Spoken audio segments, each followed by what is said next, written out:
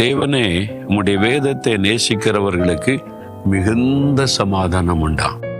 ஒரு பக்தன் சொல்றாரு, உம்முடைய வேதத்தை, இந்த வேத புஸ்தகம், கர்த்தருடைய வசனத்தை நேசிக்கிறவர்களுக்கு மிகுந்த சமாதானம் உண்டா.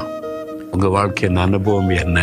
இந்த வேதத்துல உங்களுக்கு மிகுந்த சமாதானம் இருக்கிறது. அதை வாசித்து தியானிக்க வேதாகமத்தின் தேவன் அதற்குள்ளிருந்து பேசுவாரு பாருங்க, அவ்வளவு சந்தோஷம். அதனால முழங்கால நின்று அந்த வசனத்தை நீங்க வாசிங்க. தனியா உட்கார்ந்து அந்த வசனத்தை வாசிக்க ஆரம்பிங்க, தியானிங்க. அவ்வளவு பெரிய சந்தோஷம் வரும். ஆண்டவரே, உங்களுடைய வேதத்தை நான் நேசிக்கிறேன், தினந்தோறும் அதை வாசிக்கிறேன், தியானிக்கிறேன். எனக்கு அதுதான் சமாதானம். நான் இனி வேதத்தை தியானிக்க அசட்டையா இருக்க மாட்டேன், வாசிக்க அசட்டையா இருக்க மாட்டேன்.